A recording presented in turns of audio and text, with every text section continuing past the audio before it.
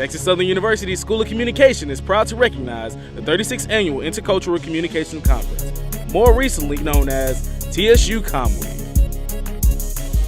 It is an honor to introduce the founder of our Intercultural Communications Conference, Dr. Franzone. We asked Dr. Franzone how she came to Texas Southern. My name is Dorothy Lawrence Franzone. I am a graduate of Bishop College. I went to the University of Michigan for 2 degrees, and my PhD is from Temple University in African American Studies.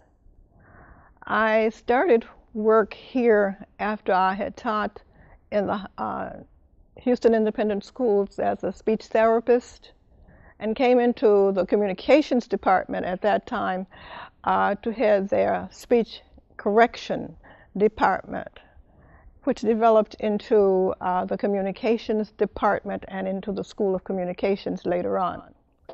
Dr. Franzone illustrates how the conference began. I started teaching intercultural communication as one of my major emphases for the senior level students. I say junior, senior level students. And in that course, the major emphasis, or the introduction of that course, was to let the students know who they were so that we could start from that point of knowing themselves. So we started working with beliefs, values, and attitudes. And that developed into some controversy, of course, because everybody has different beliefs, and started arguing or discussing, to be more exact, a religion. So we ended up trying to solve some problems with who believed what and why by inviting the many different religions to the campus for a final discussion from the ministers. And that happened, I guess, about the 4th year into the course, because until that time we had not gathered outside help or outside intervention. Religious leaders from Houston would meet with the intercultural communication students to discuss the controversies involving the differences in beliefs. It graduated from that into emphasis on beliefs, values, and attitudes that involved more than just religion. So we brought in the many different ethnic groups, the different languages, and TSU, fortunately, is one of the most diverse schools in the country, certainly here in Houston. Soon, there was an evolution discovered in the ongoing discussions.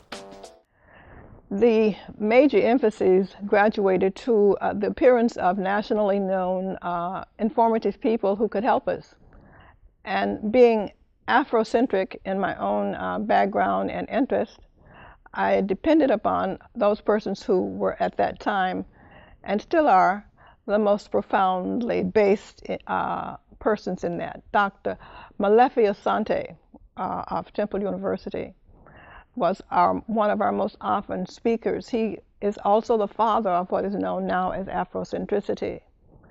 He began the first major conference, and his students and his faculty, some of the persons with whom he worked, and that I also later began to work from CTAR and from the Intercultural Communications Conferences across the nation, became speakers and presenters at future conferences that we had. We asked Dr. Franzone to share the direction of the Intercultural Communications Conference. The Afrocentric view expanded to include other individuals and persons who were of national and international interest. Bishop Tutu was one of our presenters.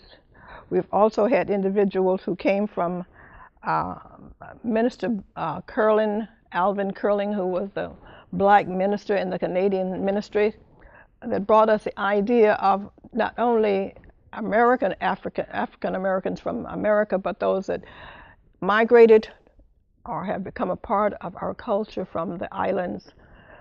We spent time, Dr. Joseph Jones was also very, very informative and very, very helpful in bringing to us expertise and the opportunity to do travel so that we as faculty, me in particular as faculty, could go and to investigate cultures and bring back that information. We spent summers, for example, in Belize, in Honduras, Nicaragua. We spent summers in the Virgin Islands. I have delivered papers in Singapore, spent time in Russia and in China, bringing back to this campus the information that was sought and from those cultures, and participants even from persons who have presented at foreign conferences who later became participants in the conferences here on our campus. Dr. Franzone and her travels brought speakers and other cultures to the annual conference. I am pleased to note and to remember how many different conference presenters from across the world, not just the nation, who later heard of our conference and became presenters and participants in that year's or the next year's conference, and who wrote and to the department even before it became we became conscious of the fact that we were spreading it, and we had gone beyond just our TSU communications, but it became a campus-wide presentation.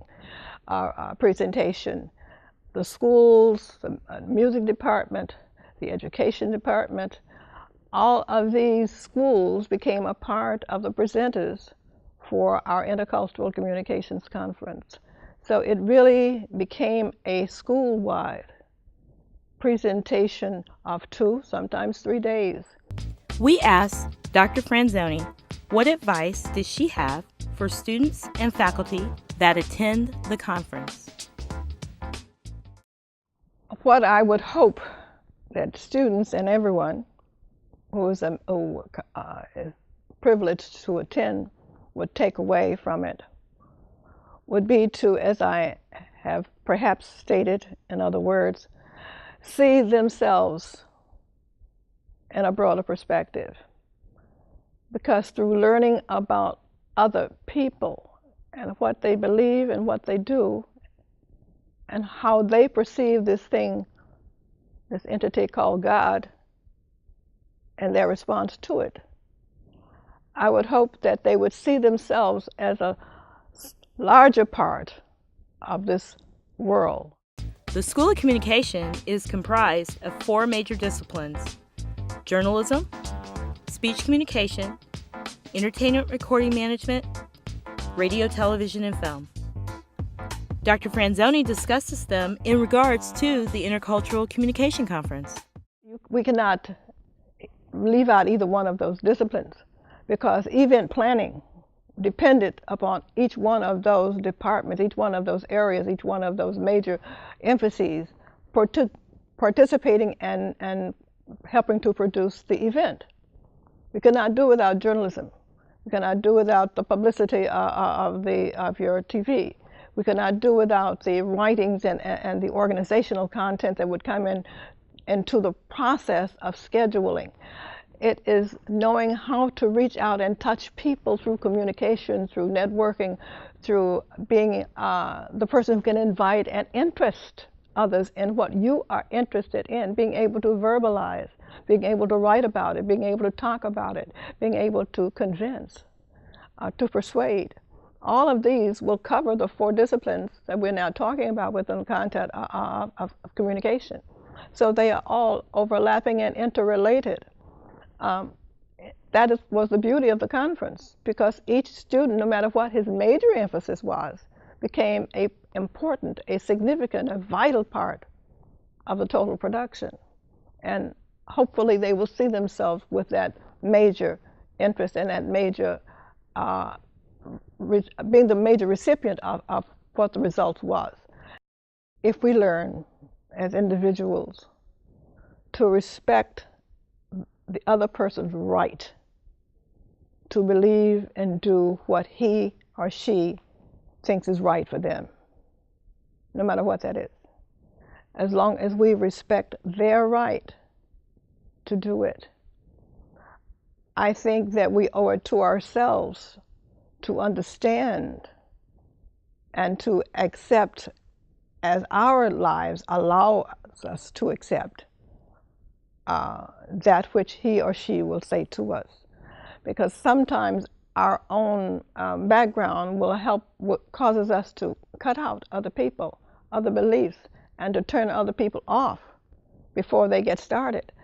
If we just listen, if we listen more and speak less, observe more, and try to understand without judging what other people do, and ask them why they do what they do, rather than assuming or drawing conclusions about what we think they're doing and why they're doing it. I think we become a more humane, a more loving person, certainly a more accepting person. She spoke about the future of the conference. My plans for the future for the conference was always to get bigger and get more information, to bring as broad a view, worldview, into the classroom as I possibly could, so that when each student left, he left with a view of himself, not of the world, of himself, that was broader than that which he came into the classroom. My view and my hope for the conference was that it would expand as it has, so that the participants on this campus and across the campus, the world would know not only about TSU, but about the African American, the Afrocentric view, particularly, of how we see and value the world, ourselves, and others around us.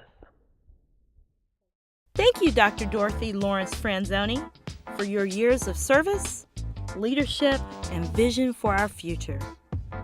We honor your legacy now and for years to come. What I would hope would be that the students would have a greater value for themselves, and in doing that, for other people. That's it.